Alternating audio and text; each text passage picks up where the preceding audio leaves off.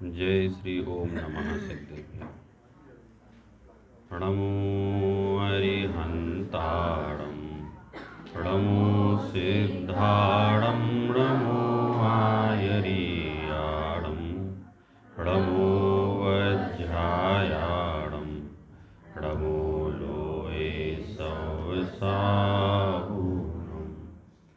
इस भवतरु का मूल एक जानहु मिथ्या भाव, ताको करी निर्मूल अब करी हो मोक्ष उपाय।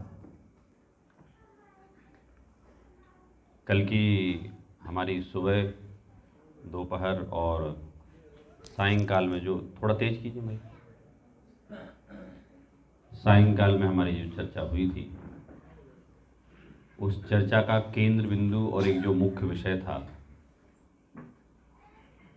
वो जैन दर्शन के प्रमुख सिद्धांतों को समझना है। सिद्धांतों को समझने का भी उद्देश्य हमारे श्रद्धान को पक्का करना है। हम लौकिक में देखते हैं कि अगर हमें कोई बात तर्क के द्वारा बताई गई है और तर्क से अगर स्वीकार कराई गई है तो उस बात को ऐसा बोला जाता है कि वो हमारे दिमाग में स्थायी रूप से चली गई है। फिर संसार के कैसे भी अज्ञानी लोग हमें कैसे भी तर्क दें, उन तर्कों के द्वारा हमें किसी प्रकार से कोई प्रभाव हम पर नहीं पड़ता है। उसी क्रम में हम लोगों ने कर्मों की व्यवस्था समझी। हमेशा हमारे मन में एक ये शंकाएं उत्पन्न होती रहती हैं कि हमारा मन बड़ा विचलित रहता है, हम क्या सोचें, क्या विचार करें। तो मैं इसके लिए सब लोगों को मैं अपनी सारी क्लासेस में एक टैगलाइन बताता हूं कि डेटा नहीं होगा तो डिसीजन कैसे लेंगे आप। बिना डेटा के डिसीजन नहीं हो सकता। इसी तरह से आप चिंतन करना भी चाहें तो आपके पास चिंतन करने के लिए कंटेंट तो होना चाहिए ना। जो कंटेंट हमारे पास ऑलरेडी अवेलेबल है वो उसमें कहीं ना कहीं हम जब ध्यान से देखते हैं तो कहीं ना कहीं वो वायलेटेड दिखाई देता है। वो कहीं ना कहीं हमें ऐसा दिखाई देता है कि इसमें तो गड़बड़ है, अगर हम इसको ऐसा मानते हैं। और हमारा उपयोग अर्थात हमारा ज्ञान, ये सदा काल चालू रहता है। हमारा ज्ञान कभी नहीं रुकता।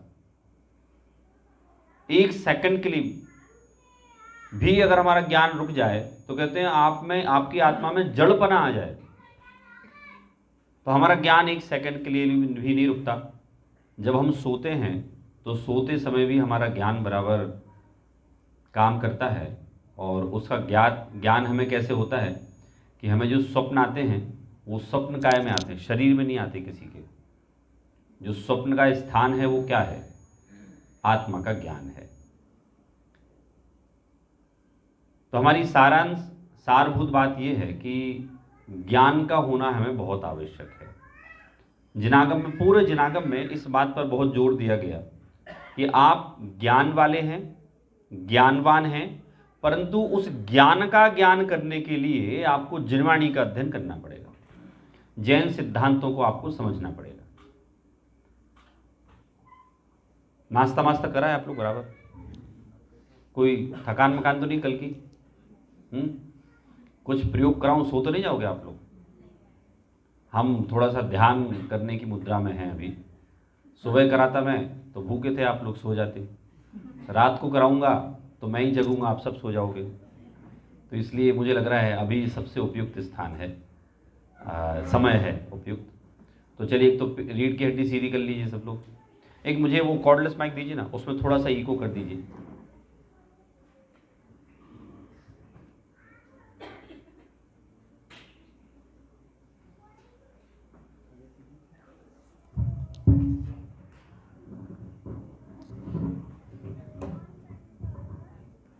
देखिए, हम दो प्रकार से अभी चिंतन करेंगे, एक आत्मा का ध्यान और एक परमात्मा का ध्यान। 5-10 मिनट ही अपन विचार करेंगे। तो मैं यहाँ से बोलूँगा, आप लोग ध्यान से मात्र सुनिए। सभी लोग अपनी अपनी रीढ़ की हड्डी सीधी करें और आंखें बंद कर लें। पद्मासन मुद्रा में बैठ जाएं।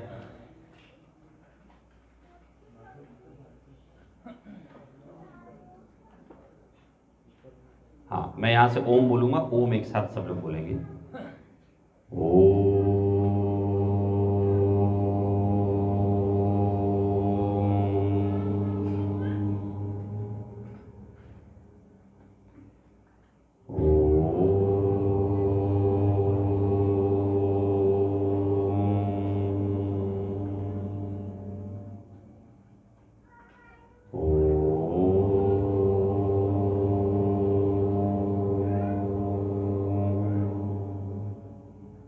अब सभी लोग ध्यान से सुने। हे वीतरागी जिनेंद्र देव,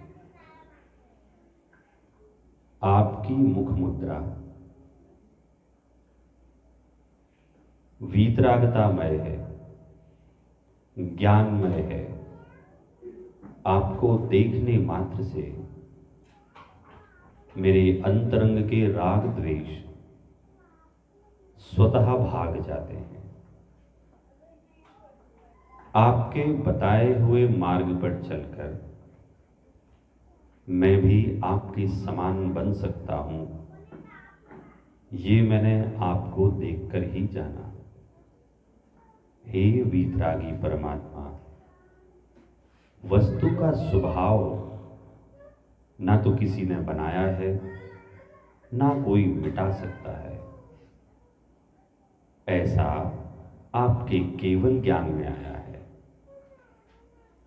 समस्त संसार व्यवस्थाओं को बदलने के कर्तापने के चक्कर में अपने समस्त उपयोग को कलुषित किए हुए बैठा है।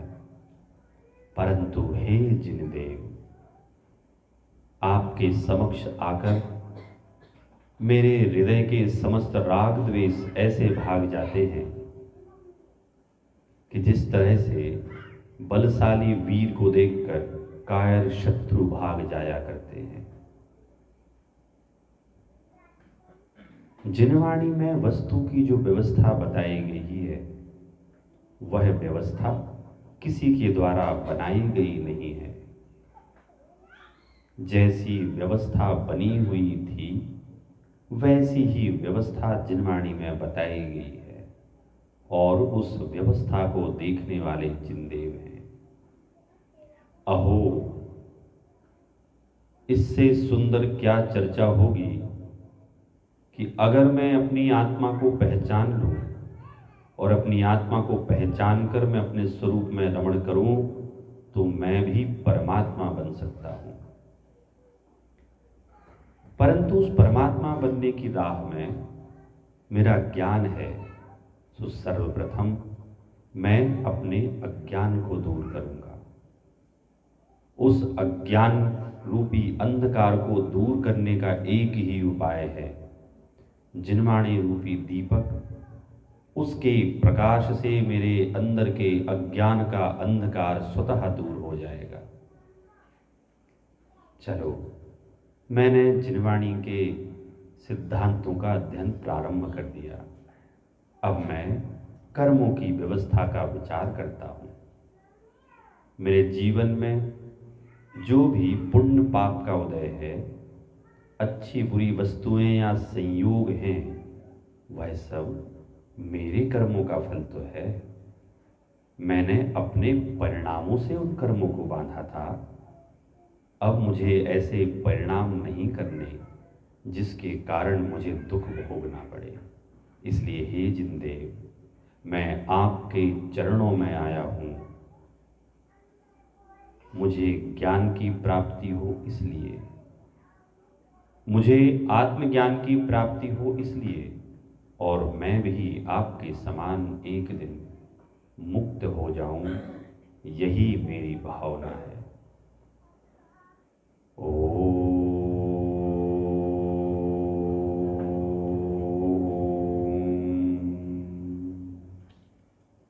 एक साथ बोलेंगे सब लोग।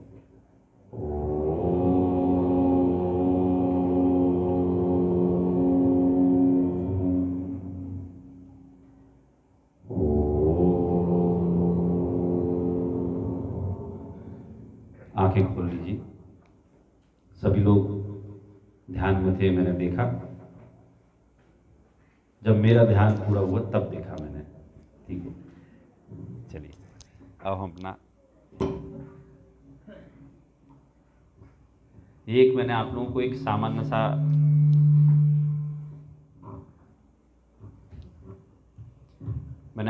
सामान्य सा परिचय कराया कि किस तरह से हम चिंतन कर सकते हैं।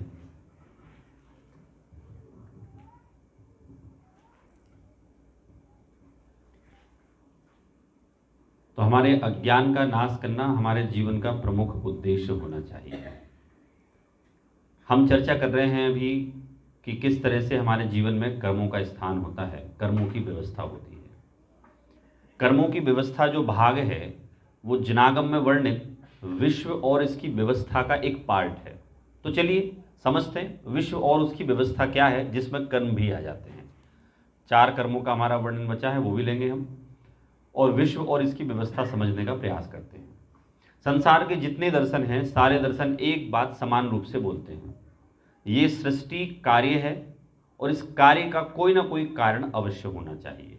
मतलब ये सृष्टि अगर बनी है तो किसी के द्वारा तो बनी हुई होगी, मतलब इसको बनाने वाला कोई ना कोई तो है, बनाने वाला भी कोई ना कोई है और इसको चलाने वाला भी कोई ना कोई है। सारी फिलॉसफी सब लोग एक ही बात बोलते हैं, केवल जैन मतावलंबी इस बात को बोलते हैं कि ये संसार अनादि से है, किसी के द्वारा बनाया गया नहीं है और अनंत काल तक रहेगा और किसी के द्वारा संचालित नहीं है। लेकिन ये थ्योरी किसी को ना पच सकती है और ना समझ में आती है, क्योंकि हमें सदैव कैसा लगता रहता है, हमारा सुख दूसरे के अधीन है, दूसरा हमें सुखी दुखी कर सकता है। तो इसके लिए जिनागम में ये उत्तर दिया है कि अगर कोई नियंता होता, कोई अगर कंट्रोल करने वाला कोई होता, तो उसके सामने समस्या ये होती कि वो किसको सुखी दुखी करे। मोक्ष मार्ग प्रकाशक में तो बहुत अच्छा प्रकरण लिया है कि भाई अगर सब तुम्हारे बच्चे हैं तो फिर तुमने किसी को सुखी और किसी को दुखी क्यों कर दिया तुमने। तो संसार और इसकी व्यवस्था में ये समझिए आप कि पहले तो इस संसार का कोई व्यवस्थापक नहीं है, दूसरा इस संसार को किसी ने बनाया नहीं है। तो जैसे ही हम किसी को बोलते हैं कि संसार को किसी ने नहीं बनाया तो बहुत सारे प्रश्न खड़े होना चालू हो जाते हैं। अच्छा, मतलब संसार को किसी ने नहीं बनाया तो क्या ऑटो पायलट पे चल रही है? इसके लिए जो उदाहरण दिए हैं जिनागम में वो बोलता हूँ। बीज में वृक्ष बनने की शक्ति कल थी, आज है और परसों भी रहेगी। अग्नि आज से अनादिकाल पहले गर्म थी, आज भी गर्म है, परसों भी गर्म रहेगी। और क्या कहा, एक बालक अज्ञानपने में भी अग्नि में हाथ डाले और एक समझदार जानबूझकर अग्नि में हाथ डाले, लेकिन अग्नि अपना स्वभाव नहीं छोड़ती, बालक को भी जलाने का काम करेगी और बड़े को भी जलाने का काम करेगी। तात्पर्य ये हुआ कि प्रत्येक पदार्थ एक तो अपने स्वभाव से परिणमन कर रहा है, उसमें किसी ईश्वर के परिणमन कराने की आवश्यकता नहीं। अब साहब ये विश्व की जो व्यवस्था है, तो इतनी व्यवस्था, इतनी बड़ी व्यवस्था बिना नियंत्रण के कैसे चलती है? ठीक है, चलो एक बार मान लेते हैं हम कि भाई कोई ना कोई कंट्रोलर है, तो वो कंट्रोलर का नाम बताओ स्पेसिफिक, क्योंकि हर व्यक्ति क्या बोलता है, ये सृष्टि किसके द्वारा बनाई है। सारी जितनी फिलॉसफीज हैं वो क्या बोलती हैं, संसार किसने बनाया, हमारे भगवान ने। वो कहता हमारे भगवान ने। जैनियों के साथ ये चक्कर ही नहीं है। क्यों? हम तो क्या बोलते हैं, संसार किसने बनाया, भगवान ने बनाया क्या? संसार अनादिकाल से है और कब तक रहने वाला है, अनंत काल तक। फिर प्रश्न हमारे सामने उपस्थित होता है कि साहब एक बात बताओ, फिर हमारे जीवन में जो ये अच्छा बुरा होता है, कोई गरीब है, कोई अमीर है, कोई सुखी है, कोई ये क्यों होता है, ये क्यों दिखाई देता है? अगर कोई दंड देने वाला नहीं है, कोई अगर रिवॉर्ड देने वाला नहीं है, तो ये व्यवस्था किसने बनाई और कौन बनाता है? तो उसके लिए जिनागम में बताया गया है कि कर्मों की एक ऐसी व्यवस्था है, ये जीव, प्रत्येक जीव अपने अपने कर्मों को स्वयं बांधता है और उसके उदय आने पर उनको स्वयं भोगता है। तो ये हमारे जीवन की जो व्यवस्था है, ये व्यवस्था किसी के द्वारा संचालित नहीं है। कैसी है ये व्यवस्था? कैसी है? किसी के द्वारा संचालित नहीं है, स्वतः है। क्या उदाहरण दिया पता है? ये बीज वाले बोले एक किसान खेत में बहुत सारे बीज बोता है, लेकिन उसमें से 30% बीज के पेड़ नहीं बनते, वो 70% के बनते हैं। अब साहब इसमें किसान की क्या गलती? किसान ने सारी जगह खाद समान रूप से दिया, पानी समान रूप से दिया, तो फिर बीज वृक्ष क्यों नहीं बने? बोले उन बीजों के वृक्ष रूप बनने की योग्यता नहीं थी। मैं देखो आपको जिनागम के बड़े गंभीर सिद्धांत साधारण भाषा में बता रहा हूं मैं आपको। इसे बोलते हैं वस्तु स्वातंत्र का सिद्धांत है ये, और जिनागम की रीढ़ है ये।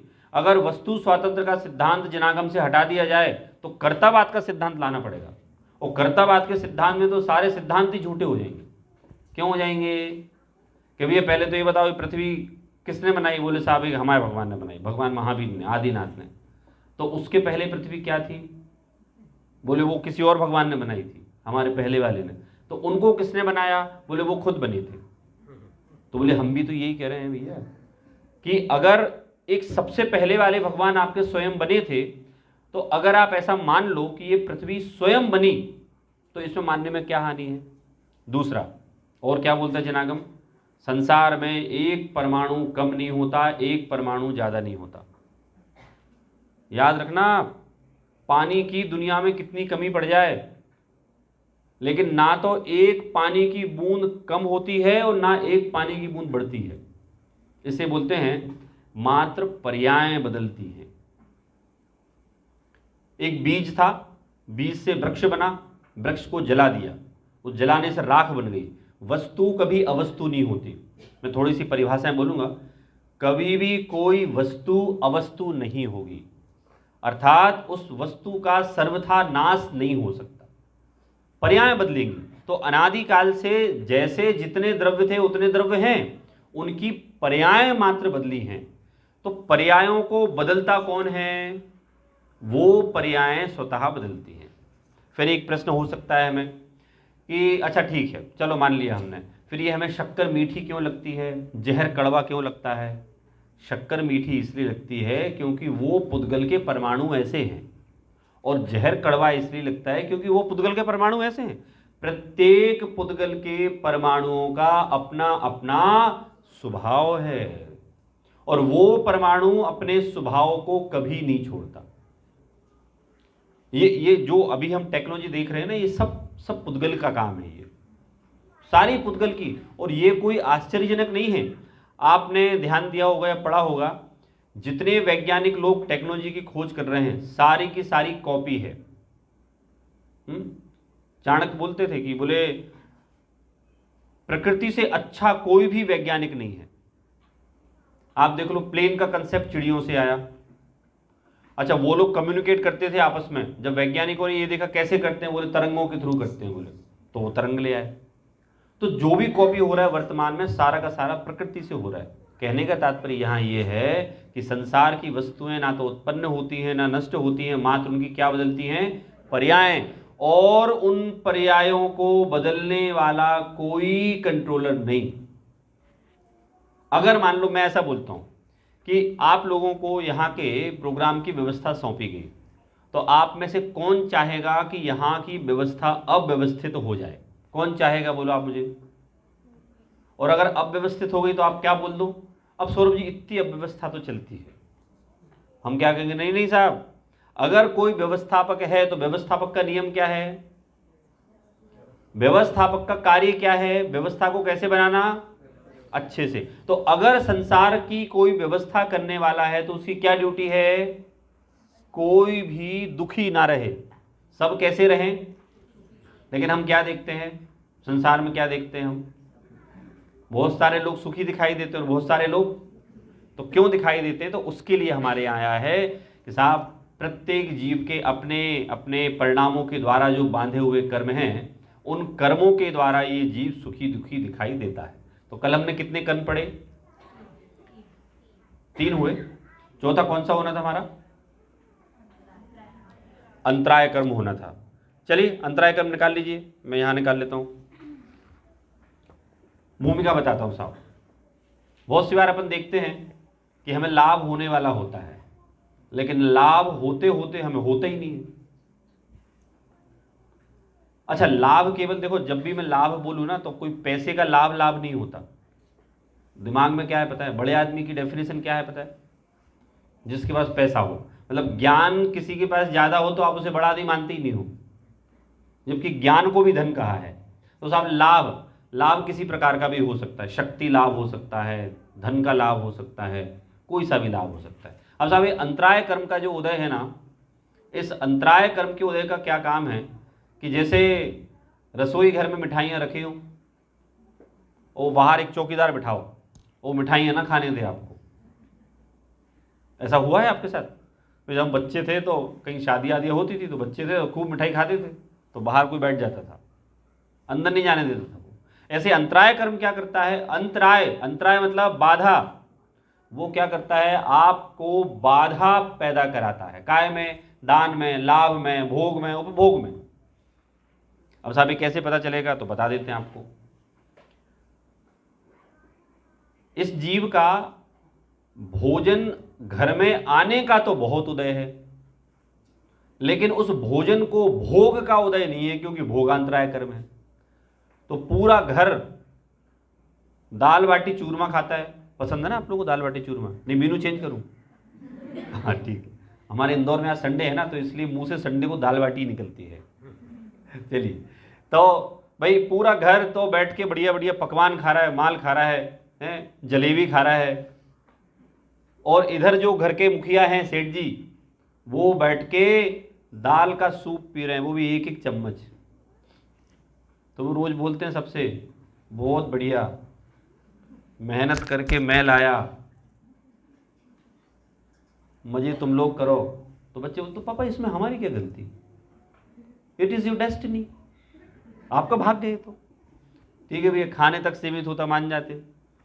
सोने की बात आई, सब बच्चे बढ़िया मुलायम गद्दों पर सोते हैं, पलंग पर सोते हैं। सेठ जी की तो पीठ में दर्द रहता है, तो डॉक्टर ने बता दिया काय पे सोना आपको? चटाई पे। अब आप बोलो, गद्दों की कमी है क्या? गद्दों की कमी है? नहीं है, लेकिन वो गद्दे क्यों नहीं मिल रहे उनको? भोगों की कमी है क्या? लेकिन भोग क्यों नहीं मिल रहे? क्योंकि एक कर्म है, उस कर्म का नाम क्या है? देखो मैं आप लोगों से कल बोला था, फिर बोल रहा हूं, कर्मों के उदय से लड़ने का प्रयास मत करना, जीत नहीं पाओगे। अगर वो सेठ जी मान लो, जो डॉक्टर ने मना किया है कि आप साहब सूप से ही काम चलाना, अगर किसी के बिना देखे कुछ उनने खा पी लिया तो 5 दिन अस्पताल में भर्ती हो जाएंगे वो। क्यों? क्योंकि उनका तो साहब डाइजेशन पावर इतना कमज़ोर हो गया कि सूप भी 2-4-5 घंटे पच पाता है उनको। तो क्या बोलते हैं डॉक्टर साहब? देखो साहब सेठ जी, आप ना अपनी बीमारी से लड़ने की कोशिश मत करना, जीत नहीं पाओगे। ऐसे यहां कह रहे हैं, आप कर्मों से लड़ने का प्रयास मत करना।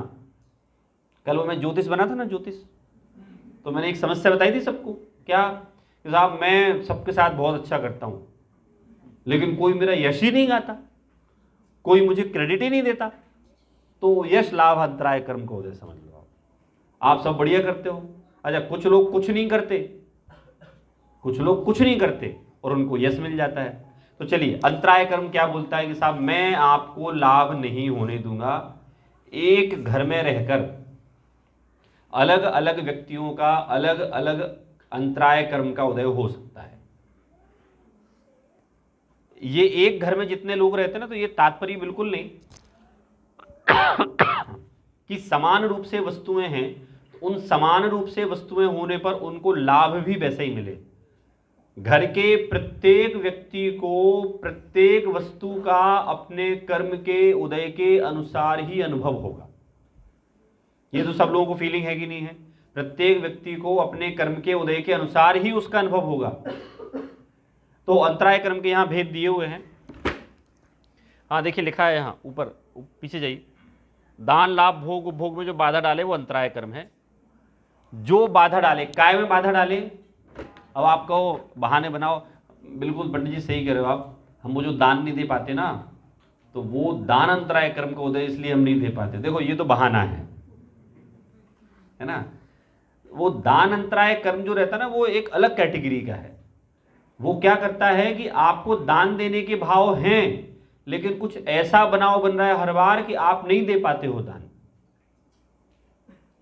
कोई लाभ होने का आपका बनाव बनता है हर बार, लेकिन आपको लाभ नहीं हो पाता है वो, तो उसके लिए कौन रिस्पॉन्सिबल है? बोलो आप, कौन रिस्पॉन्सिबल है? हम किस किस पे क्रोध करते हैं? अगर वो ना होता तो आज मेरा जीवन कुछ और होता। याद रखिए, जिनकी दृष्टि निमित्ताधीन है वे निरंतर आकुल व्याकुल रहेंगे। जिनकी दृष्टि ऐसी है कि उसने मुझे लाभ नहीं होने दिया, अगर वो ना होता तो मुझे बहुत लाभ होता, तो कह रहे हैं वो व्यक्ति आपके लाभ नहीं होने में रिस्पॉन्सिबल नहीं है। कौन रिस्पॉन्सिबल है? आपका कौन सा कर्म? अंतराय कर्म का उदय है। बोलो आप मुझे। उदाहरण दूं एक और। यहां शिविर में आया कोई, ठीक है, और उसे धर्म के लाभ अंतराय कर्म का उदय आ गया, तो कल शाम को बहुत सारा खाना खा लिया उसने टेस्ट में, और उसका पेट खराब हो गया। अब यहां कैसे आएगा वो? नीचे बैठना पड़ेगा उसको। देखो ऐसा कोई है तो नहीं ना, अभी मैं केवल एक उदाहरण दे रहा हूं। तो वो कहता है मैं तो रेगुलर में ही शाम को ज्यादा खाना खाता हूं ऐसा, लेकिन अभी ऐसा क्यों हुआ? तो समझ लो आप साहब, उसका अभी धर्म के लाभ होने का उदय नहीं है, तो ये लाभ अंतराय कर्म हो गया। तो जैसा कि मैंने कहा कि कर्मों से भिड़ने की कोई आवश्यकता नहीं। मैं इसका भी एक कोर भी बताऊंगा सारे कर्मों का। हाँ, आगे बढ़ाइए। ये बंधने के मुख्य कारण: किसी को धर्म कार्य में दान देने से रोकना, बाधा डालना, किसी को प्राप्त हो रही वस्तु में बाधा डालना, भोग उपभोग में बाधा डालना, किसी को बल प्राप्त करने में बाधा डालना। तो ये जो कर्म बंधते हैं, इनके बंधने का जो मुख्य कारण बताया कि साहब दान देने में बाधा डालना, किसी को लाभ होने में बाधा डालना, भोग उपभोग में खाने पीने में बाधा डालना, ये सब के कारण से इस जीव को अंतराय कर्म बंधता है। मतलब व्यवस्था कितनी सुंदर है, देखो आप, कोई भी ईश्वर नहीं है जो कि आपकी कर्मों की काउंटिंग करे। वो आप लोग साउथ इंडियन मूवीज देखते हो ना, देखते हो ना, वो हिंदी डब्ड देखते हो कि गुजराती में? हिंदी देखते हो। तो उसमें कई सारी मूवीज ऐसी हैं कि साहब वो एक मर रहा होता है और फिर वो कैसे जिएगा, तो बोले अगर उसको ना लोग वोटिंग कर दें, उसको दुआएं दे दें, उसको अच्छी शब्द दे दें, तो फिर उसका मीटर बढ़ने लगता है। वो जो रेड था ना, तो रेड से ग्रीन हो जाता है। ऐसी कई सारी मूवीज हैं, आप जानते हो। ऐसी कोई व्यवस्था विश्व में है ही नहीं। कैसी? कि आपके कर्मों को किसी के शब्दों के द्वारा बदला जा सके। कल शनिवार था ना, शनिवार, तो मुझे यहाँ का नहीं पता आपके अहमदाबाद का, लेकिन हमारे इंदौर में शनिवार थोड़ा विशेष होता है ना, क्योंकि उस दिन पूरे नगर में शनि महाराज के लिए वो तेल चढ़ाने वाले लोग घूमते हैं। तो वो एक डब्बा ले लेते हैं और उसमें एक लकड़ी रख लेते हैं और बोलते हैं शनि महाराज, तो सब लोग उसमें तेल डालते हैं, कोई सिक्के डालते हैं, कोई पैसे डालते हैं। तो मैं रहा हूँगा, जब छोटा था मैं, आई वॉज 20 ईयर्स ओल्ड, तो कोई मस्ती के मूड में रहा हूँगा मैं, तो कोई आया एक शनि महाराज, तो मैंने कह दिया मैं ही शनि महाराज हूँ। तो बोलता मैं तेरे को तेल चढ़ा दूँ। बाद में समझ में आया कि भाई शनि महाराज का कंसेप्ट क्या है। ये कंसेप्ट है, सब लोग शनि महाराज से डरते हैं। तो एक कहावत है कि साहब शनि और लक्ष्मी दोनों भाई बहन हैं, तो कौन अच्छा लगता है?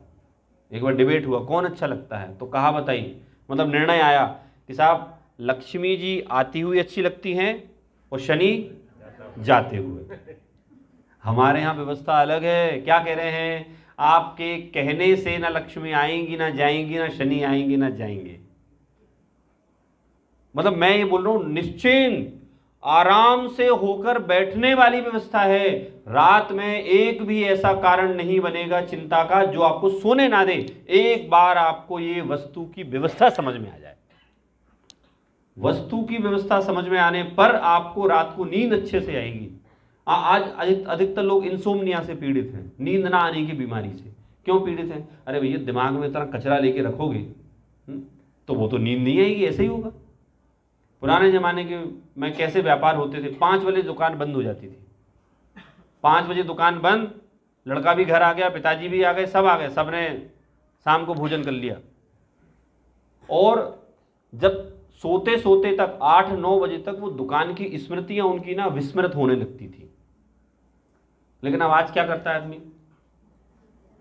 9 बजे ऑफिस से आता है, तो देखो ऑफिस से आएगा तो ऑफिस की टेंशन जाने में कम से कम 1-1.5 घंटे तो लगेगा ना, उसकी मेमोरी थोड़ी सी कम होने में। लेकिन आप क्या करते हो, अब 9-10 बजे आए तो आते ही साथ सो जाओ आप, तो सो जाओ तो दिमाग में क्या चलेगा, वही चलेगा। तो यहां कह रहे हैं भाई साहब, आप अगर आराम से सोना चाहते हो तो जाग जाओ, काय में जाग जाओ, ज्ञान में जाग जाओ, अपनी ज्ञान चेतना को जगाओ। क्या जगाओ कि साहब कर्मों के द्वारा जो व्यवस्था है उस व्यवस्था में किसी का हस्तक्षेप नहीं चल सकता।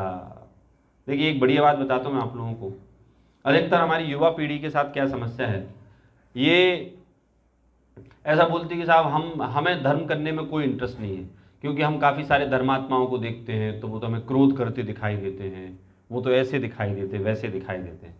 तो मैं आप लोगों को एक बढ़िया बात बताऊं कि एक तो कोई अगर धर्म पढ़ने लगे ना तो उसके कोई सींग नहीं उगाते, उसे हंसने के पूरे राइट्स हैं, उसे बोलने के भी पूरे राइट्स हैं, मूवी देखने के भी पूरे राइट्स हैं, उसको दुकान चलाने के भी राइट्स हैं। क्यों? क्योंकि हमारे यहां सम्यक दृष्टि अर्थात चौथे गुण स्थान वाला भी 6 खंड के राज्य का संचालन करता है, और एक शादी नहीं 96,000 तो शादियां करता है चक्रवर्ती, जो चौथे गुण स्थान में होता है। तो पहले तो सब लोग अपने दिमाग से एक चीज हटा दो। क्या हटा दो? जो धर्म कर रहे हैं वो, आप लोगों ने क्या इमेज बना रखी पता धर्म करने वालों की, बिल्कुल उदासीन, छोटे छोटे बाल, लकड़ी की चप्पल, कोई फीलिंग नहीं उसमें, और कमाने की तो वो बात ही नहीं करे। क्यों? क्योंकि वो रोज बोलता है साहब धन तो धूल छे। अब वो कमाए तो आप बोलो अच्छा धूल कमाने जा रहे हो आप। तो पहले तो देखो आप लोगों को ना वो धर्म करने वाले की इमेज सही करनी पड़ेगी। दूसरे की सही करो या नहीं करो, लेकिन आगे आने वाले समय में आप जिनागम पढ़ने वाले हो, और अगर आपको ये भय रहा कि पढ़ने पर मैं ऐसा हो जाऊंगा तो आप कभी वैसे नहीं बनोगे। तो मैं आपको बता देना चाहता हूं, धर्म का तात्पर्य है स्वांता सुखाए, और ऐसा सुख जो दुनिया को नहीं दिखता, केवल हमें फील होता है। तो सब बाहर में क्या क्या होगा? कुछ नहीं होगा। आपकी नौकरी व्यापार वैसे ही चलेगी, ड्रेसअप सेंस वैसे ही चलेगा, सब कुछ वैसा चलेगा। परिवर्तन कहाँ आने वाला है? अंतरंग में। लेकिन हमने क्या मान रखा है, जिसने धर्म कर लिया है, मान लो आप लोगों ने आज धोती पंचे पहने थे, और अगर वो आपके बॉम्बे के दोस्त आपको देख लेते धोती पंचे में, बहुत गड़बड़ हो जाती। पंडित जी कहने लगते आपको, वो हैं धर्मात्मा कहने लगते, रूढ़ीवादी कहने लगते। एक बार मेरे साथ अश्विन भाई हुई घटना, मैं उस समय कॉलेज में पढ़ता था, तो एक शिविर चल रहा था इंदौर में हमारे, तो मैं अपने दोस्तों के साथ जा रहा था। भाई बर्थडे पार्टी में तो जा सकता था ना, मैं जा रहा था मैं दोस्तों के साथ। तो एक बच्चा बोला पंडित जी घरे। तो दोस्तों इस तरह को पंडित जी क्यों बोल रहा है? मैंने कहा मैं बहुत पढ़ता हूँ इसलिए पंडित जी बोल रहा हूँ, ये बोल रहे हैं। मैं दूसरे दिन गया शिविर में, मैंने कहा आज से कोई पंडित जी मत बोलना मेरे को। तो क्या बोले? मैंने कहा सर बोलना। कहने का मेरा तात्पर्य ये है कि हम लोगों ने धर्म पढ़ने वालों की इमेज कैसी बना रखी है कि भाई अश्विन भाई तो फैक्ट्री नहीं चला सकते, क्योंकि तो धर्म पढ़ते हैं। तो पहले सुन लो आप लोग, धर्म आपके किसी भी कार्य में बाधा नहीं डालता, ये अवश्य बोलता है श्रावक के योग कर्तव्य पूरे करो। आप क्या करो? जैसे भाई मंदिर जी आना है, अभक्ष भक्षण नहीं करना है, व्यसन नहीं करना है, शराब आदि नहीं पीना है, मांस आदि, ये आप श्रावक के कर्तव्य पूरे करो। इसके अलावा धर्म आपके जीवन पर कोई इंपैक्ट नहीं डालता। धर्म तो स्वपरीक्षित साधना है जो ये बोलता है कि धीरे धीरे करके आपके जीवन में सब अपने आप आता जाएगा। तो आप लोगों का डर दूर हुआ कि भाई अगर हम धर्म करेंगे तो क्या होगा? तो धर्म नहीं करेंगे तो भी चाहिए। क्या चीज? अगर धर्म नहीं करता है तो भी नीति न्याय और अभक्ष का त्याग। हाँ, धर्म नहीं करता है तो भी उसे नीति न्याय। और सुनिए आप, जैन दर्शन में मैंने आपको बताया था ना कल कि मैं आपको कुछ कमाने की भी तरीके बताऊंगा, तो वो समय आ चुका है भाई और बहनों, खुश हो जाओ। मुझे पता है कल से सोच ही रहे थे, सौरभ जी ने काम की बात अभी तक नहीं बताई। The art of getting rich बताने वाले थे आप, बोले कैसे अमीर बने अपन, आप लोग कहो तो बताऊं,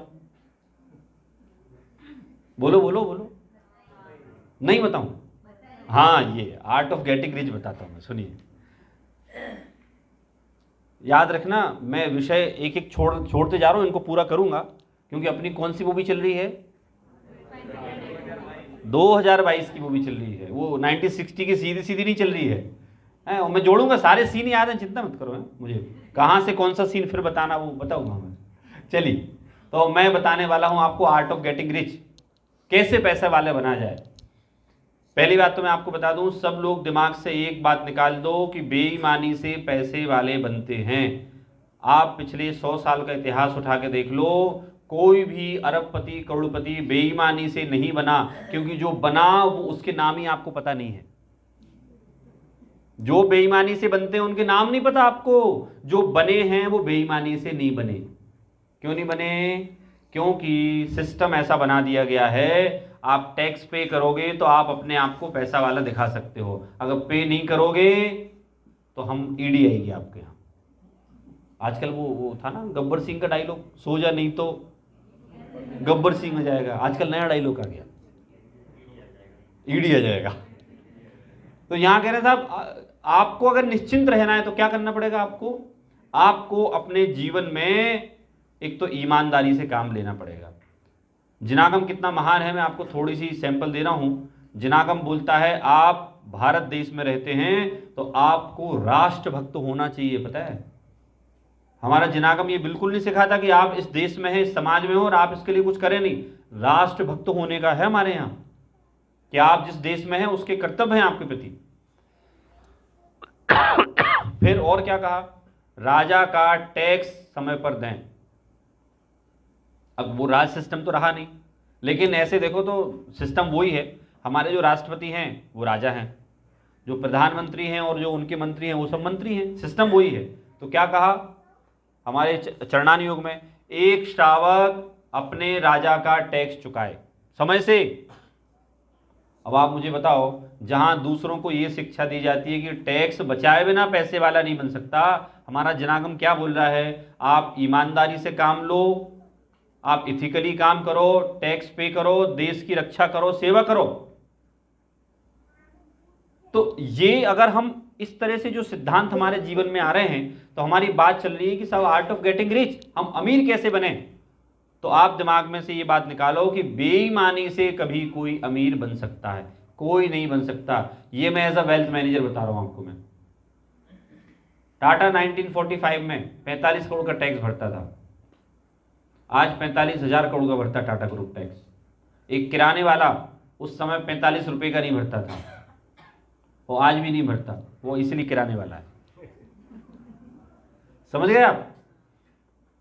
इसलिए वो किराने वाला है। आज बोलो, हमारी जैन कम्युनिटी को सबसे प्योर क्यों माना जाता है? 1940-50 तक ये हालत थी कि कोर्ट में अगर कोई जैन ने गवाही दे दी कि साहब ये ऐसा है, तो पता है उस गवाही को रीवेरीफाई नहीं किया जाता था। क्या कहा जाता था? ये जैन साहब जो हैं ये झूठ नहीं बोलते कभी, और इनके बोलने के प्रमाण में हम ये निर्णय इनके पक्ष में देते। इतना ट्रस्ट बोलो आप मुझे। मेरे साथ तो कई घटनाएं होती हैं। जब हम पढ़ते थे जयपुर में, तब कोटा स्टेशन पे उतरे पानी भरने के लिए, तो छानने के लिए रूमाल से छाना पानी। तो एक व्यक्ति आए, क्यों जैन हो? मैंने कहा हाँ। स्मारक से आ रहे हो? हाँ। कमाल है, आपके ज्योतिषाचार्य हो क्या? मैं जैन हूँ। बोले ये कोटा स्टेशन पर स्मारक के विद्यार्थी के अलावा, जैन के अलावा कोई ऐसा हो ही नहीं सकता जो ये काम करे। आप सोचो, हमारी पहचान काय से? हमारे आचरण से है। हमारे आज अगर अपन नाम सुनते ना कोई अखबार में किसी जैन का गलत काम में, तो हम सबको शर्म आती है इस चीज से कि भाई जैनियों का नाम सम्मान से लिया जाता है। हर व्यक्ति बहुत सम्मान से देखता है। पता आपको काय के कारण देखता है?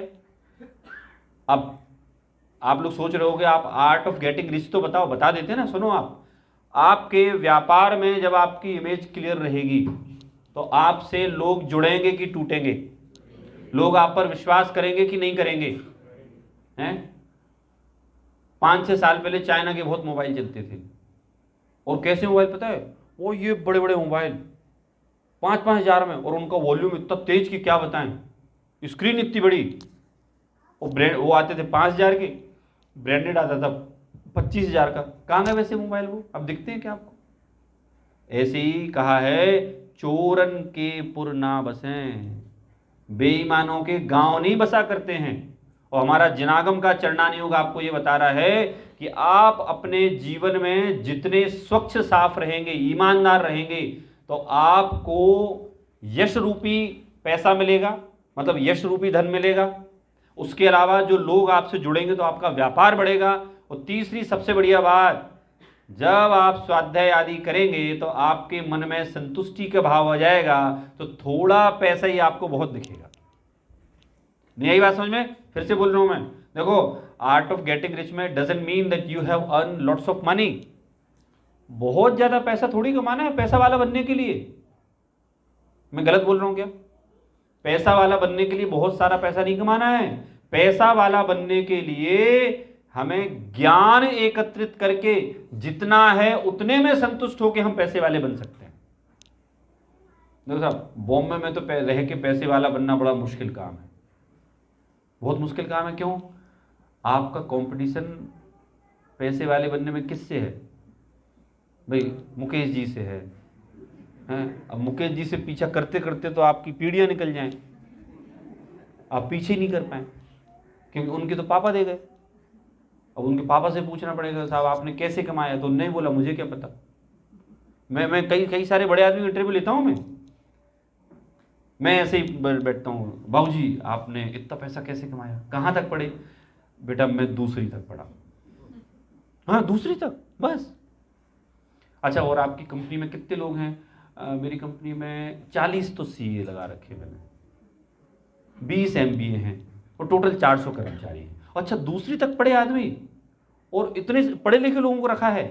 अच्छा, तो आप बता दो तो कैसे कमाया? बस बेटा यही तो नहीं पता। मैंने कहा मतलब? बोले मतलब ये कि जब आना चालू हुआ तो मुझे पता ही नहीं चला कि कहाँ से आ गया ये। वो तो मेरे सीए बताते जाता है कि साहब ये अपनी बैलेंस शीट में ये पड़ा हुआ है, ये पड़ा हुआ है, ये भी पड़ा हुआ है। तो मुझे ध्यान आता है कि ये भी मैंने कभी खरीदा था।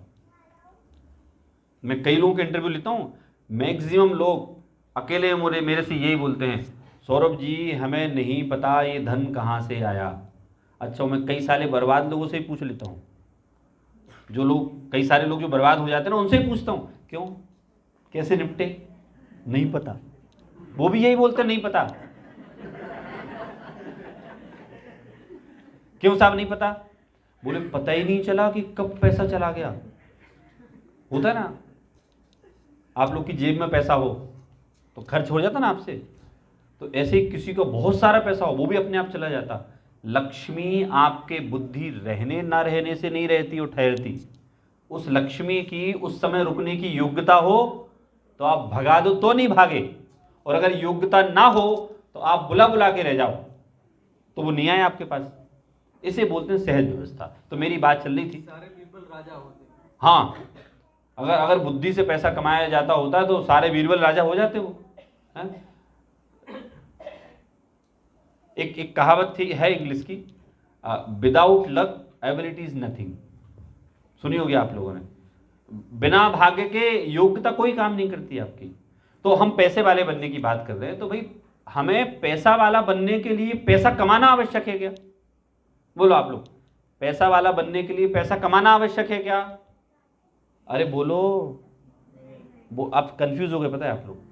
अगर हम बोलते नहीं तो कमा तो रहे हैं हम, और अगर हम बोले हाँ तो क्वेश्चन याद है कितना कमाया जाए। बोलो, हमें पैसा वाला बनने के लिए कितना पैसा कमाना पड़ेगा? बोलो, कितना कमाना पड़ेगा? कोई लिमिट नहीं है ना। तो सबसे अच्छी बात यह है कि आप अपने आप को ऐसा बना लो कि थोड़े पैसे में आप बहुत पैसे वाले दिखो। वो सिंघम मूवी का एक डायलॉग है, हाँ ये देखो, इनको याद है, भावेश भाई को याद है। मैं सोच ही रहा था किसी को याद नहीं होना चाहिए मुझे छोड़ के। भावेश भाई ने क्या कहा कि उस मूवी में डायलॉग आया था, मेरी जरूरतें कम है इसलिए मेरे जमीर में दम है। हमारे साथ भी तो ऐसा ही है भाई। हम कहते हैं साहब हम पैसे वाले हैं, कैसे? अरे हमारी तो इच्छाएं कम हैं, हमारी तो आवश्यकताएं कम हैं, तो हम तो अपने आप को पैसे वाला फील कर रहे हैं ना। और बहुत सारे ऐसे लोग भी हैं जिनके पास 90 करोड़ रुपए का तो बैंक बैलेंस पड़ा हो, फिर भी फांसी लगा के मर जाते हैं। सेलिब्रिटी करते हैं ना आत्महत्या। देखो अखबार में डेटा आया था, हो मुझे नहीं पता बैलेंस, अखबार में डेटा आया था कि सिंह साहब के बैंक अकाउंट में 90 करोड़ पड़े हैं और उनने सुसाइड कर ली। कई सारे ऐसे केस आ रहे हैं। तो आर्ट ऑफ गेटिंग रिच में सिंपल सा फॉर्मूला है कि आपने ज्ञान का अर्जन किया तो आप अपने आप पैसे वाले बन गए। कम पैसा हो ज्यादा पैसा हो, उससे कोई फर्क पड़ने वाला नहीं है। चलिए ये सीन यहीं छोड़ते हैं, पीछे का सीन आगे बढ़ाते हैं। हमारी बात चल रही थी अंतराय कर्म के उदय पर। अंतराय कर्म का उदय क्या बोलता है कि अगर मैं आपके साथ रहा, अगर मैं आपके उदय में आया तो आपको मैं लाभ नहीं होने दूंगा, कुछ भी कर लेना।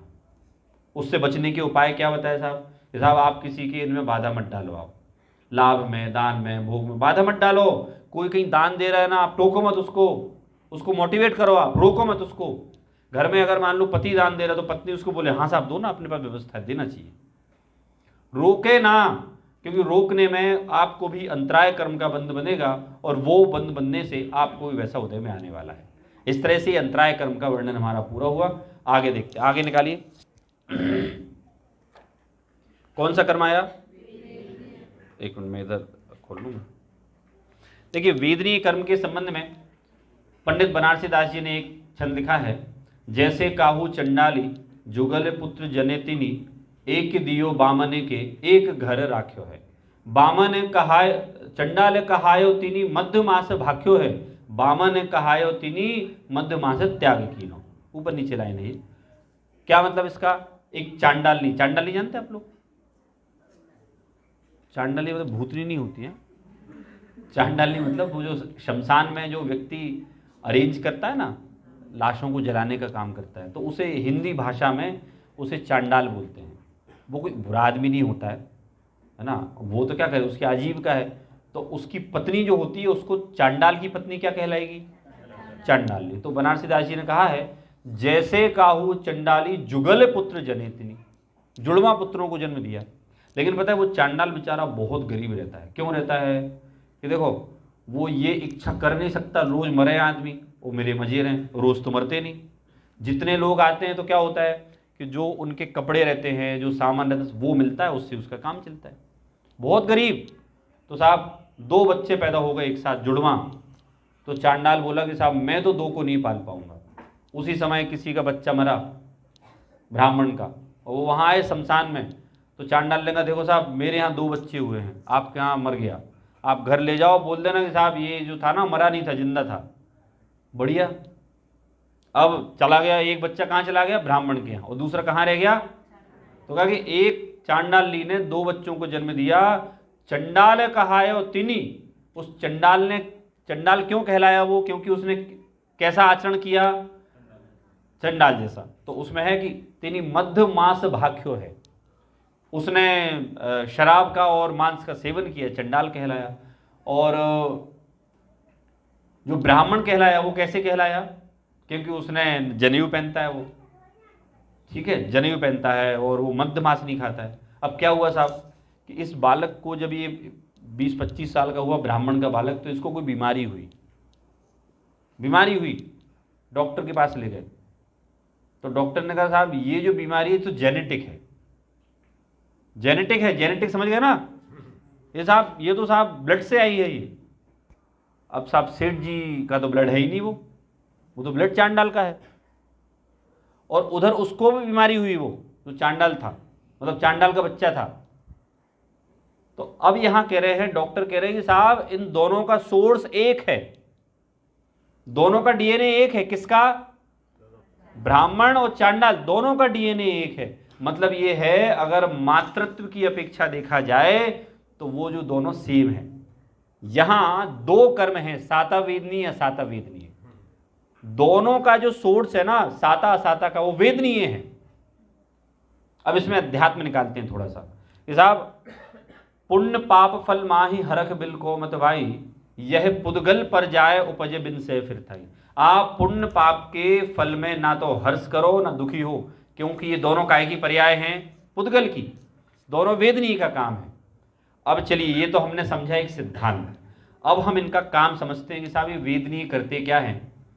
आचार्य उमा स्वामी तत्वार्थ सूत्र में लिखते हैं, अनुकूल वेदनियम साता, प्रतिकूल वेदनियम असाता। ठीक है, एसी चलने पर आप लोगों को कैसा लग रहा है, साता की असाता? कैसा लग रहा है बोलो, साता की असाता? कल मुझे बड़ा असाता लग रहा था, आपको साता, कल मुझे असाता। क्यों? रात को बारिश हुई, सुबह से ठंडक, ठंडे पानी से नहा लिया, इधर एसी चली तो मुझे सर्दी हो गई। तो मैं कह रहा था यार कैसे लोग हैं यार, एसी चला के बैठे हैं। बाद में ध्यान आया भाई दिक्कत तुम्हें है, असाता का उदय तुम्हारा है, इसके चलने पर इनका नहीं है। वस्तु वही, वस्तु सेम, लेकिन एक व्यक्ति को उदय साता का और एक को, तो परिभाषा क्या है साता असाता की? अनुकूल वेद नियम साता और प्रतिकूल वेद नियम। मतलब कोई भी वस्तु आपके लिए अच्छी बुरी नहीं है। मंगलवार को कौन सा कलर पहना जाता है? अखबार में आता है ना, राशि के हिसाब से मंगलवार को लाल कलर, ठीक है, गुरुवार को काला कलर और शुक्रवार को नीला कलर, ये पहने जाते हैं। क्यों साहब? ये लकी हैं, शुभ है। कह रहे हैं देखो साहब ऐसा है, जो व्यक्ति जिस कलर को पहनने में अच्छा फील करे। एक दुकानदार है, दुकानदार से बोला क्यों साहब आप इसी कलर की साड़ियाँ क्यों नहीं मंगाते? तो बोलते बहन जी ये कलर आपको पसंद है, सबको थोड़ी आएगा। समझ गए? नहीं नहीं, ये तो सबको ही आएगा। नहीं नहीं, सबको अलग अलग आएगा। तो क्या कहा, प्रत्येक बहन उस साड़ी को खरीदने में अलग अलग फील करती है। एक दुकानदार ने मुझे अपना एक्सपीरियंस बताया, बोले इंदौर की ने, बोले सौरभ जी महिलाएं होती हैं ना, पूरी भारत की इंडस्ट्री ना महिलाएं चला रही हैं। मैंने कैसे? देखो ये लोग दोपहर में सामान लेने आती हैं, है ना, पति के साथ आए तो हम कमाई नहीं कर पाए, ये लोग दोपहर में आती हैं सामान लेने। वो साहब इतनी कमाई करवाती हैं कभी कभी तो कि बता नहीं सकता। मैंने कैसे? तो उन्हें एक सैंपल दिया। साहब मैंने साड़ी बताई उनको कि बहन जी ये साड़ी 1000 रुपये की, ये 2000 की, ये 3000 की, ये 5000 की। बहन जी परेशान कर लिए, साड़ी समझ में नहीं आई। अब मैं इतने बीच में भाप गया कि बहन जी को एक ये टाइप की साड़ी पसंद आ रही है। तो मैंने कहा बहन जी आपको एक बढ़िया माल बताता हूँ, लेकिन थोड़ा महंगा है, चलेगा? हाँ चलेगा। तो मैंने एक 20,000 की साड़ी बताई और बहन जी को हैंड टू हैंड पसंद आ गई, ले गई। वो जो 1000 वाली थी ना,